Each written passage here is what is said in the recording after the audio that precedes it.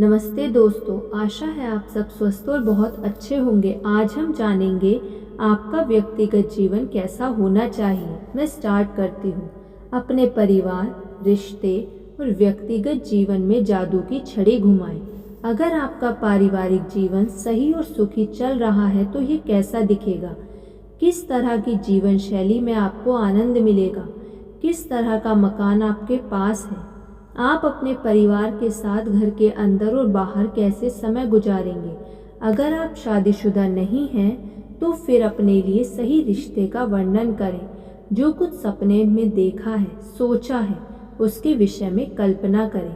अपने सपने के आदर्श व्यक्ति के सारे गुणों और विशेषताओं को लिख डालें। आपको अवश्य ही ताज्जुब होगा कि एक बार स्पष्ट छवि बना लेने के बाद कितनी जल्दी आपकी इच्छा पूरी हो जाती है। अगर आपका निजी जीवन हर दृष्टि से सही चल रहा है तो फिर आप अपना समय और जीवन कैसे बिताएंगे? कैसी कार चलाएंगे? छुट्टियां कैसे लेंगे? घूमने जाएंगे तो कहाँ कहाँ जाएंगे? अपनी पसंद के मुताबिक दैनिक और साप्ताहिक कैलेंडर बनाएं। यह सिलसिला महीने व साल के हिसाब से चलाएं। यह बात ध्यान में रखें कि जो आप चाहते हैं वही हासिल करना आपका पहला कदम है। अगर आपका स्वास्थ्य ठीक है तो आज आप उसमें क्या फ़र्क देख रहे हैं? आपका वज़न कितना है और कितना वज़न हो जिसमें आप स्वयं को फिट महसूस करेंगे? आप खाना क्या खाते हैं? भोजन में क्या क्या आइटम होते हैं? आप किस तरह का व्यायाम रोज़ाना या हफ्ते में 1-2 बार करते हैं? कल्पना करें कि आपने अपने शरीर को बिल्कुल स्मार्ट व छरहरा बना लिया है तो आप कैसे दिखेंगे? और अंत में, अगर आपका व्यक्तिगत जीवन हर मामले में सही चल रहा है तो बात अटकती है पैसे पर। आपके पास बैंक में पैसा कितना है? कितना पैसा आपने निवेश किया है या करना है?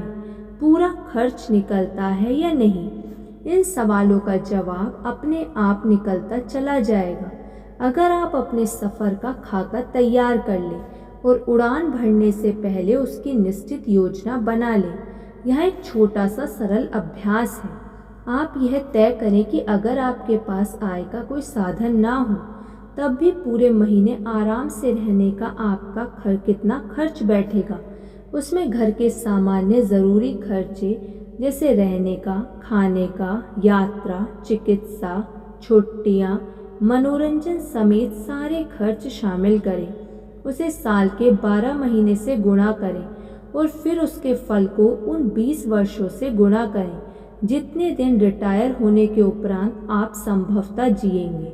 आपके रिटायर लक्ष्य का पूरा खाका सामने आ जाएगा और आय खर्च योजना की रूपरेखा की तस्वीर बताएगा। इससे आप तय कर पाएंगे कि जीवन में आर्थिक निश्चितता के लिए कितने पैसे आपको जमा करने हैं। उसके बाद जोड़ें कि आपका कितना खर्चा बैठता है।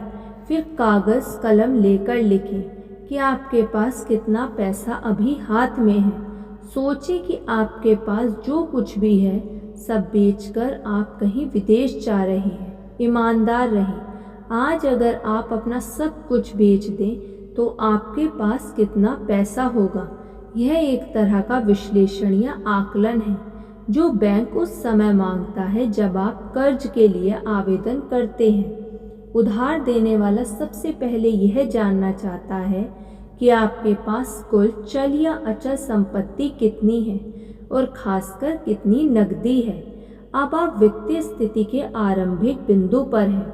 आपकी कुल संपत्ति का मूल्य और वह वित्तीय लक्ष्य आपके सामने हैं जो आने वाले वर्षों में आपके हमसफर होंगे। अब आप एक्शन में आने के लिए तैयार हैं। अपने जीवन के किसी भी क्षेत्र का अंतिम पड़ाव निश्चित करते समय दूरगामी योजना का अवश्य ध्यान रखो। सभी सफल व्यक्ति इस तकनीक का इस्तेमाल करते हैं।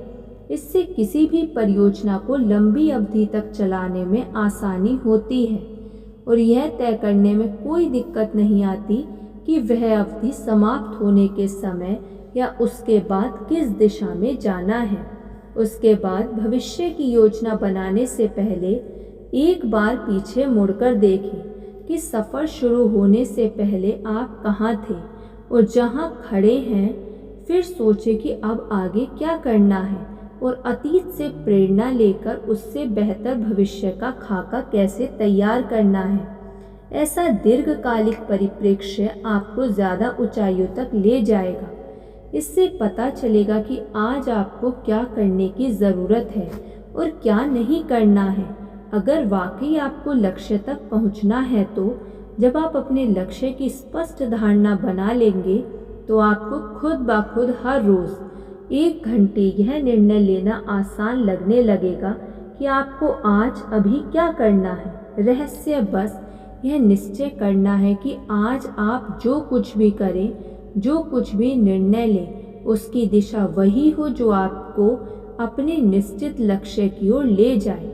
धन्यवाद। आपको ये वीडियो कैसी लगी कमेंट करके ज़रूर बताइएगा।